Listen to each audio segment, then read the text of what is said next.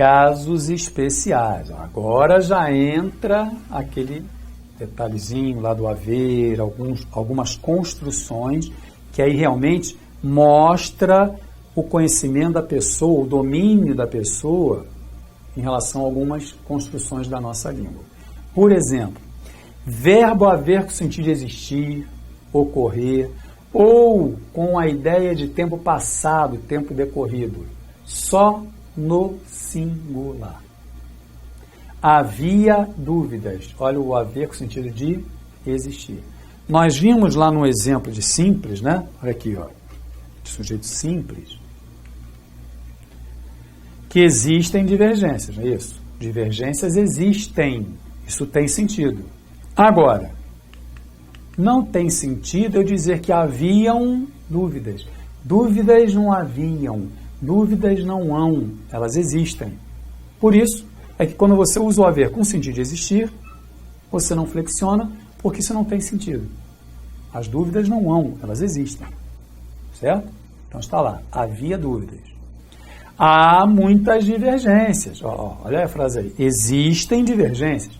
Divergências existem. Sujeito, divergências.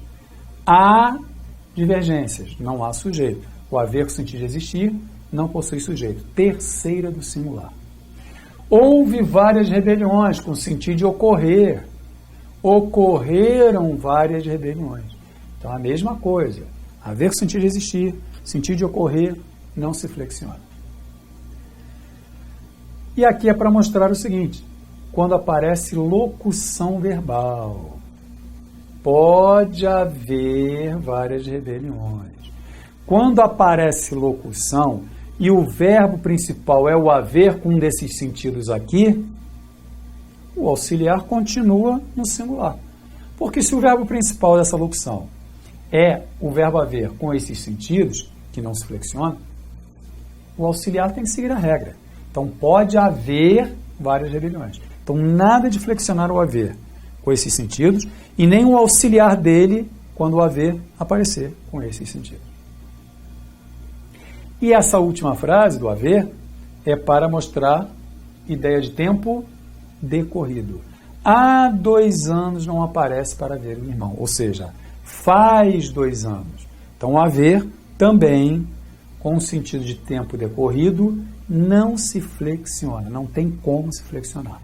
Terceira do singular. Isso é importante. Olha aí, ó, nessa linha também, né? Fazer e ir. Fazer e ir, com a ideia de tempo decorrido só no singular. Também o sentido impede a flexão desses verbos. Por exemplo, faz 2 anos que não aparece para ver o irmão. Então é faz, nada de fazem. Se a gente flexionar, o sujeito seria 2 anos. E aí de novo a questão do sentido, não é isso? Faz 2 anos que não aparece para ver o irmão. 2 anos não fazem nada. Isso não tem sentido. Por isso é que quando se usa o fazer ou ir, indicando o tempo passado, o sentido impede a identificação do sujeito. Então tem que ser terceiro do singular. Faz 2 anos. Vai fazer 3 anos. Ao verbo ir. Também, junto à frase com a ideia de tempo passado. Faz 5 minutos que ele saiu. Porque 5 minutos não fazem nada nessa frase. Não tem como identificar sujeito. Vai para 2 anos de sua partida. Olha o verbo ir também indicando tempo decorrido. Vai para 2 anos. 2 anos não vão para lugar nenhum. Se eu colocar aqui vão, temos que afirmar que o sujeito é 2 anos. E de novo o sentido impede. 2 anos vão, 2 anos não vão. Vai para 2 anos. Oração sem sujeito. É um caso de verbo impessoal. Tem que ficar no singular. O sentido impede a identificação do sujeito. Então isso é importante. Porque também, ó, o cara se empolga, fazem 2 anos, 2 anos não fazem nada. Tá?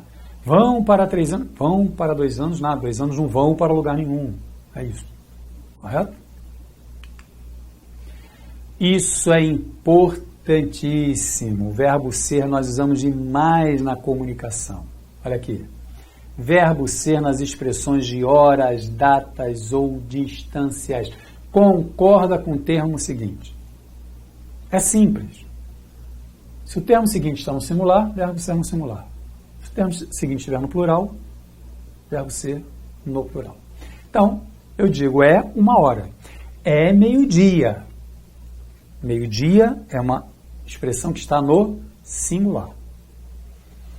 São 3 horas. Aí eu flexiono. 3 horas no plural, verbo ser no plural. São 10 para as 4.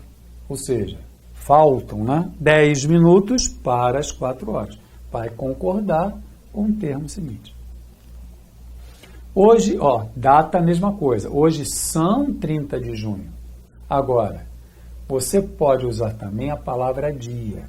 Se você usar a palavra dia, aí você tem que usar o verbo no singular. Vai acertar sempre. Hoje é dia 30 de junho. Ou hoje são 30 de junho. Correto? Tanto faz. Evidentemente, por essa explicação, se for primeiro, fica no singular. Hoje é 1º de junho. De 2 em diante, sempre plural. Ou você usa no singular com a palavra dia. É ou não é? Daqui à minha casa são 10 quilômetros. Está concordando com o termo seguinte. Se fosse 1 quilômetro, é 1 quilômetro. Verbo ser, nessas expressões, vai concordar com essas expressões. Se essas expressões estiverem no singular, verbo ser no singular. Se estiverem no plural, verbo ser no plural. B. Nas expressões de preço, medida ou quantidade. Por exemplo, expressões como muito, pouco, bastante, verbo ser no singular. 5.000 é pouco, é muito, é bastante. Com essas expressões não tem como flexionar o verbo ser.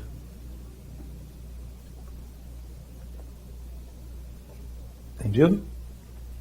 10 quilos. 10 quilos. É muito, é pouco, é bastante. Vou colocar o S ali, tá? 10 quilos é muito, é pouco. Não tem como flexionar. A partícula C. Isso aí também é bom a gente trazer aí algumas frases. Pronome apassivador. Ele concorda com o sujeito. Então, como é que eu sei que ele é apassivador? Essa linguagem também, mas vamos lá, vamos trazer. Sentido da frase. Aluga-se sala. Esse é o chamado apassivador. Por quê? Porque eu entendo da frase que sala comercial é alugada. Então, esse ser, ele torna esse termo aqui o sujeito, paciente.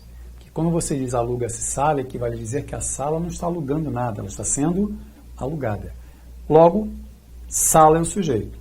Como sala é sujeito no singular, verbo no singular. Ou, logicamente, alugam-se salas. Equivale a dizer que salas são alugadas. Então, como salas é o sujeito no plural, verbo no plural. Então, esse ser lá é o chamado apassivador, quando esse sujeito, por exemplo, em geral, ele vem após com esse valor paciente. A sala não aluga nada, ela é alugada. As salas não alugam, elas são alugadas.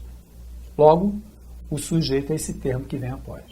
Agora, esse ser indeterminador não tem como flexionar o verbo. Quando você tem o apassivador, você pode reescrever a frase. Mais uma vez, aluga-se sala equivale a dizer que sala é alugada.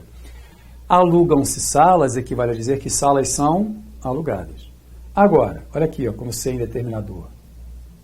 Precisa-se de funcionários. Reparem, olha os termos na sequência do ser preposicionado. Olha aqui, né? Então não tem como isso aqui ser sujeito. Então se você tem um ser e na sequência você tem um termo preposicionado, ele não pode ser sujeito. É por isso que o verbo tem que ficar no singular. Precisa-se de funcionários. Sujeito indeterminado.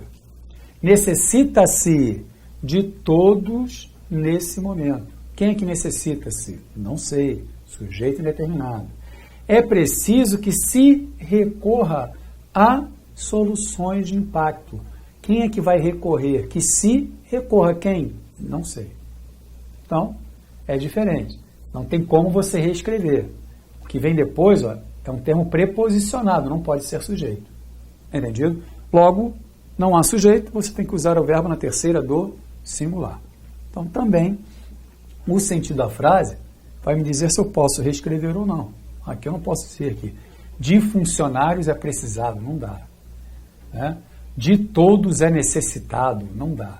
Né? Então, o sentido da frase vai me dizer se o que vem depois do ser é sujeito ou não é sujeito. Logicamente, se for sujeito, tem que concordar. Se não for sujeito, o verbo tem que ficar na terceira do singular. O princípio é esse. Coletivos partitivos, né? Quando você usa expressões como a maioria de, grande parte de, ou as porcentagens. É a mesma explicação. Quando você diz a maioria de, 70% de, certo? A explicação é a mesma. Quando aparecem esses chamados coletivos partitivos, o que a gente tem? Por exemplo, a maioria concordou. Então, logicamente, que a maioria que é o sujeito concordou. Singular, verbo no singular. Um grupo saiu. Singular, verbo no singular. Então, aqui, a gente também não pode se empolgar. Né? A maioria concordaram. Né? Porque a pessoa pensa na ideia. Se a maioria são 2, 3, 4, 10, 20, 100.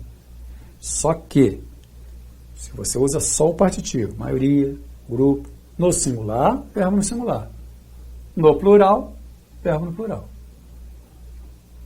O que ocorre, ó, 1%, olha aqui, ó.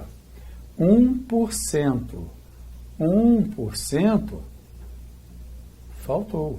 Logicamente, 2% faltaram.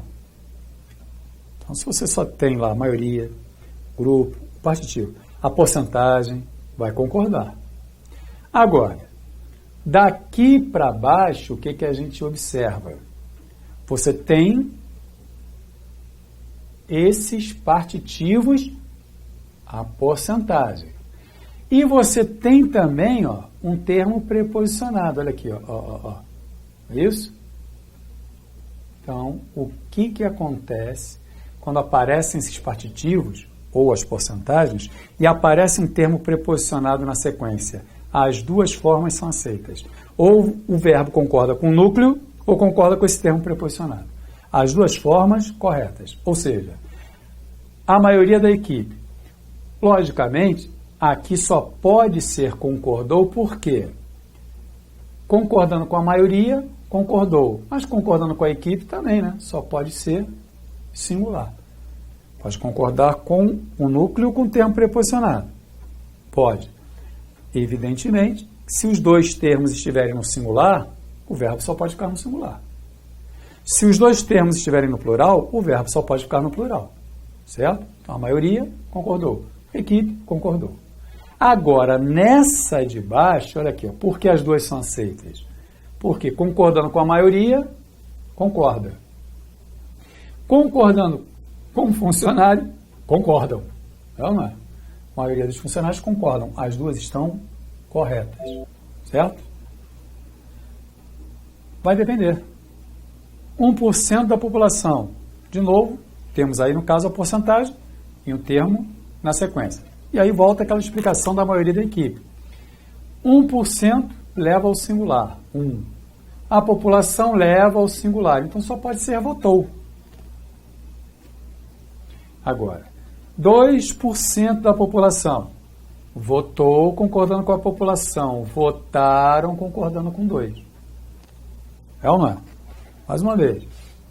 Esses partitivos, essas porcentagens, apareceram sozinhas, sem determinante nenhum, o verbo vai concordar. Se estiverem no singular, verbo no singular. Se estiverem no plural, verbo no plural. Se aparecer determinante, o verbo pode concordar com o núcleo, com o partitivo, com a porcentagem ou com o termo que se segue. E aí você vai observar se os dois estão no singular, se os dois estão no plural, se um está no singular, outro está no plural, ou vice-versa. É essa a forma, é esse o raciocínio. Por isso é que em 10% dos professores só pode ser aderiram. 10 aderiram, os professores aderiram. Só pode ser isso. Correto?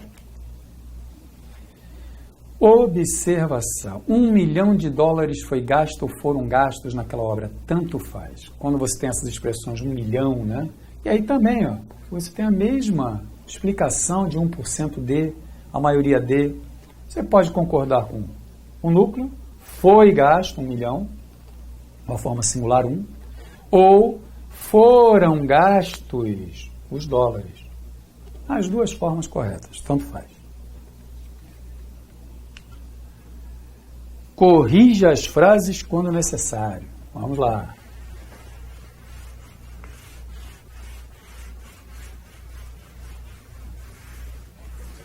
Essa primeira, a presença de pessoas estranhas num momento como este poderiam perturbar a atenção. A presença de pessoas poderiam não, né? Porque olha de novo a questão da leitura. Vamos trazer algumas expressões do dia a dia, o verbo ser que é importantíssimo, sim. Mas vamos sempre complementar, finalizar com uma forma objetiva de se raciocinar. A gente repete aqui que a intenção, logicamente, não é só ficar preso a expressões já cristalizadas, essa coisa da regra, essa aqui é a regra do partitivo, enfim. Não. Aparecem expressões e a gente tem que pensar ali na hora. Por isso que a gente está tentando seguir aí por um caminho. Uma metodologia que mostra a importância da leitura no entendimento da frase. Correto? Por exemplo, está lá. A presença de pessoas estranhas, pula intercalação. Né? Não são as pessoas que poderiam perturbar a atenção. É ou não é? A presença que poderia perturbar a atenção dos candidatos. Então, o sentido me diz que a palavra-chave aí do sujeito é a presença. Então, a presença é que poderia perturbar. Frase errada. O combate à violência e ao tráfico será. O combate, o núcleo é o combate. O combate será prioridade. Frase corretíssima. Certo? Não é violência e ao tráfico serão prioridade. Combate a isso é que será prioridade. Olha aqui, já era quase 9 horas, não, já eram. Vai concordar o verbo ser, vai concordar com essas expressões de horas. Então já eram quase 9 horas. 9 horas no plural, verbo ser no plural. Alterou-se cerca de 500 palavras. Olha aqui, ó. Cerca de 500 palavras alteraram-se. Erro. Alteraram-se cerca de 500 palavras. Cerca de não se alterou. As palavras é que foram alteradas. Olha aquele C de novo que aparece aqui, né? Que me diz que o sentido é palavras, cerca de 500 palavras, foram alteradas. E aí cerca de não se alterou. As palavras é que foram alteradas. O sentido me diz que o núcleo, a palavra-chave aqui do sujeito é palavras. Olha ele aqui. Trata-se das. Então não tem como dizer que das referências é sujeito. É diferente daquela frase lá. As palavras foram alteradas, se alteraram. Das referências não é tratado. Das referências não pode ser sujeito, já que aparece preposição. Correto? Errada a frase. Errada essa aqui. Preste atenção aí, né, minha gente? Olha aqui. Assim que está correta. Não é? Sem determinador. Em outros campos desprezam-se. Olha aquele de novo. O que eu entendo disso? Desprezam-se palavras. Palavras são desprezadas. Corretíssima frase. Esse mesmo C lá da frase 4, né? Há sujeito na frase. O sentido me diz que as palavras são desprezadas. Havia um templo em que se cultuava aos deuses. Aos deuses, é preposição. Os deuses não cultuavam nada. Cultuava-se quem? Não sei. Cultuava-se aos deuses. Então, não posso dizer que isso aqui é sujeito. Há uma preposição aqui, não seria sujeito. Se indeterminador, que é a mesma explicação da frase 5. Verbo na terceira do singular. Perfeito. Então, mais uma vez. Apareceu se, vamos ver se há sujeito ou não. Se aparecer preposição na sequência, é porque não há sujeito. Então, o verbo tem que ficar na terceira do singular. Se não aparece preposição, é porque o termo seguinte é o sujeito. E aí, logicamente, o verbo vai concordar. Entendido? Participou da reunião eu e 2 diretores. Participou eu, não dá.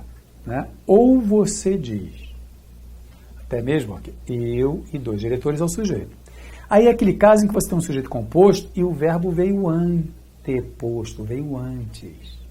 O verbo ou concorda com todos eles, e aí no caso se tem um pronome eu, plural, nós. Ou você diz, participamos, que é a melhor forma, eu e 2 diretores, ou nós vimos lá que quando eu tenho um sujeito composto, o verbo aparece antes, ele pode concordar com o núcleo mais próximo. Como o núcleo mais próximo aqui é o pronome eu, poderia ser também participei. As duas estariam corretas. Participamos, nós, ou participei. Entendido?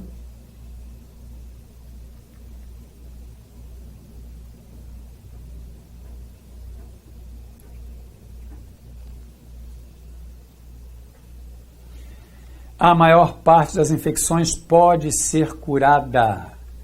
A maior parte das infecções. Olha aquele caso em que nós vimos lá o partitivo. A maioria de, grande parte de, grande número de.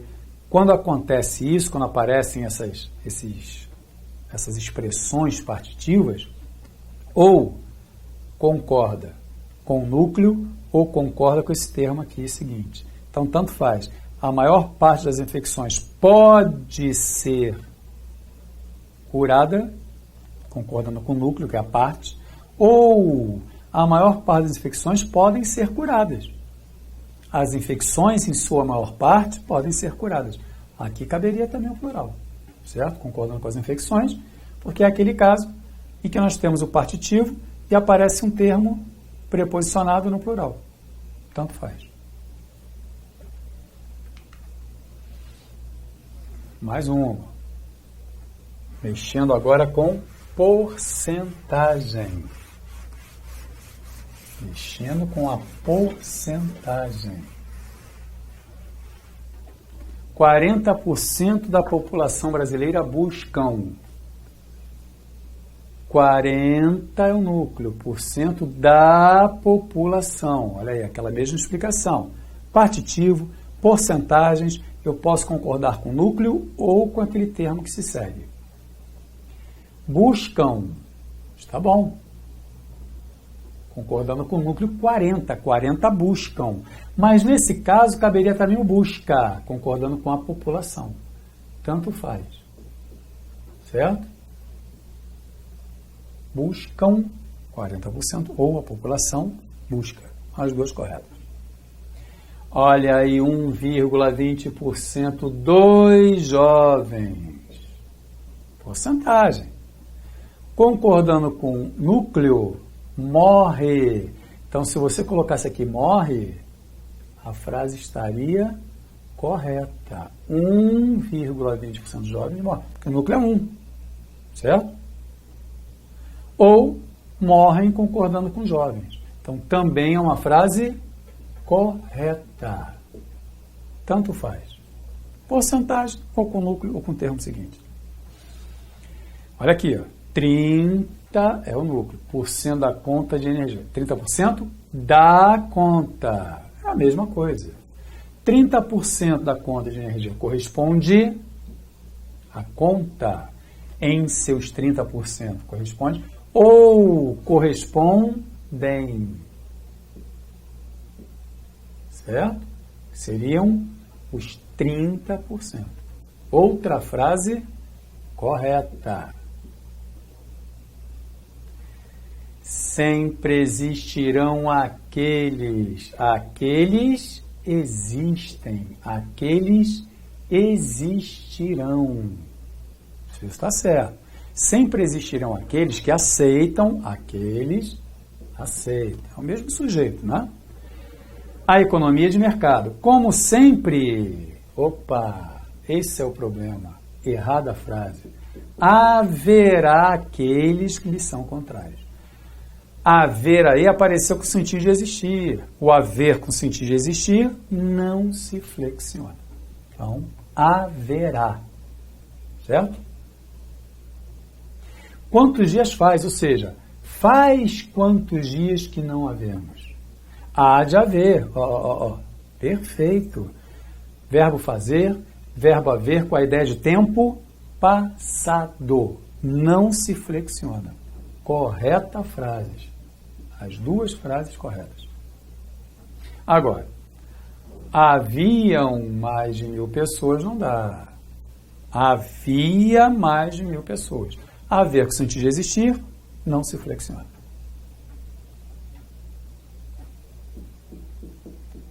E é provável que haja falhas. Perfeito. O verbo haver com sentido de ocorrer ou com sentido de existir, não se flexiona. Correta frase. Entendido? Então é provável que haja. Nada de é provável que hajam falhas.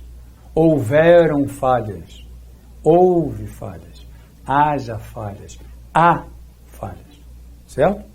Haver com sentido de existir não se flexiona. Isso é importante.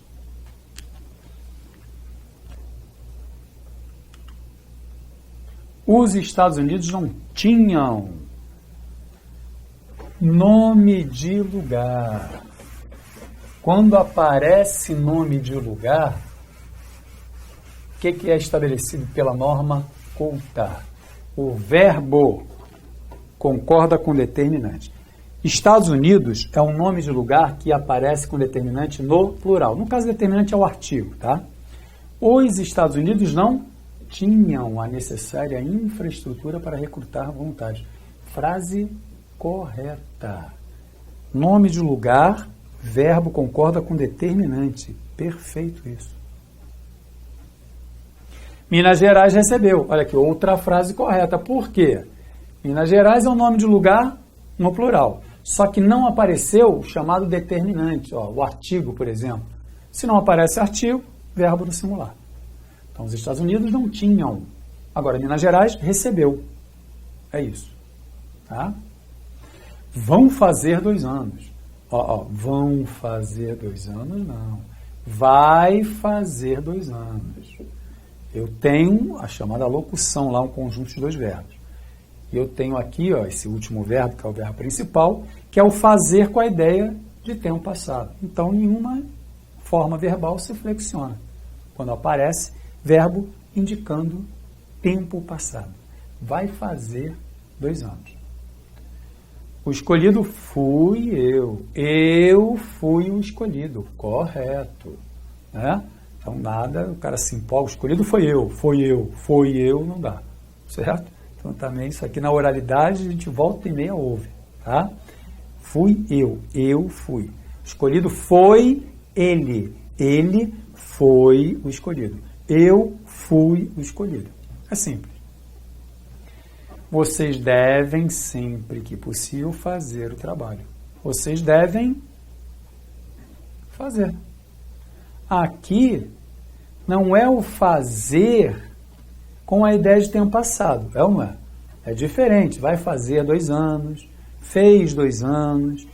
Aqui o fazer, dentro dessa expressão, dessa locução, ele não aparece com a ideia de tempo passado. Há sujeito. Vocês é que devem fazer. Frase correto.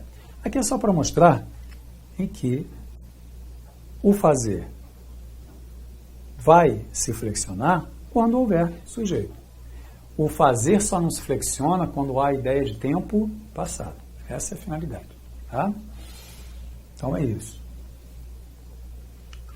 Então, com as frases, logicamente, a gente vai tirando a dúvida, vai lendo. E é evidente que isso aqui, minha gente, é sempre uma questão de exercício.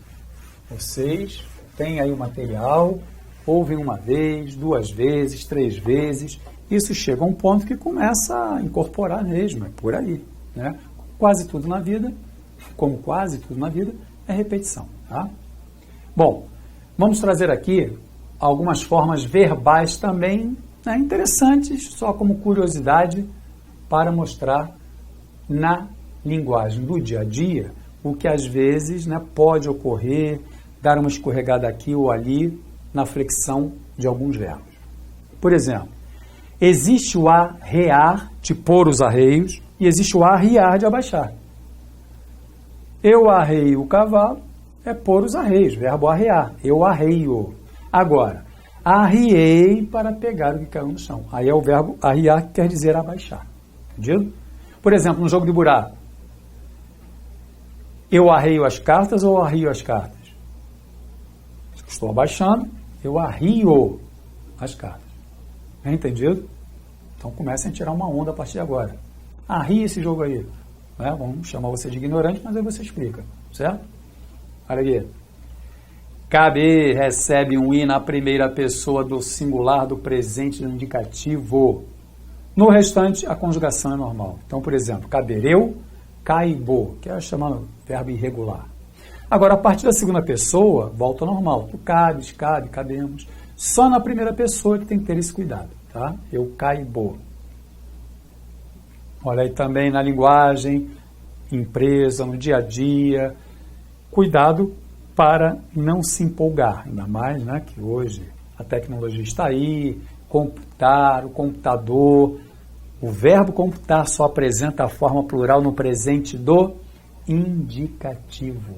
Nós computamos, vós computais, eles computam. Porque não ficaria bem a primeira pessoa, concorda, minha gente? Eu, tu, ele, fica complicado. Então, esquece isso. Nada de eu digito, né? Acabou. Agora, se for o caso, né? Dentro dessa construção. Agora, nas formas do plural, é normal a conjugação. Só por questão, né?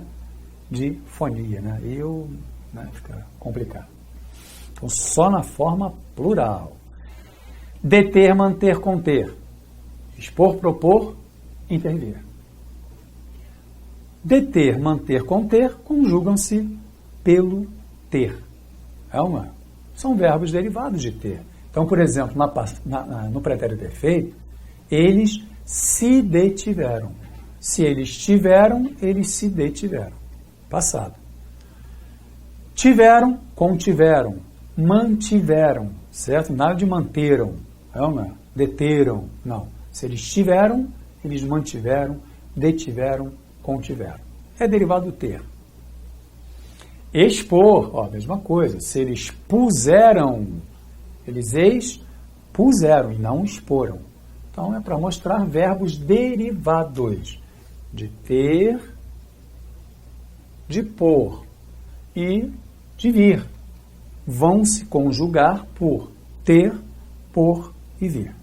Certo? Olha aqui, propuseram uma alteração do contrato. Conjuga-se pelo por. E não proporam. Propuseram. Porque é derivado do por e o por ficaria como? Eles puseram. Logo, eles propuseram. Correto? Olha o intervir, que isso é importantíssimo. Conjuga-se pelo verbo vir. Como é que é o vir no pretérito perfeito? Eu vim, tu vieste, ele veio. Se ele veio, ele interveio. Se eu venho, eu intervenho. É isso. Correto? Conjuga-se pelo vir.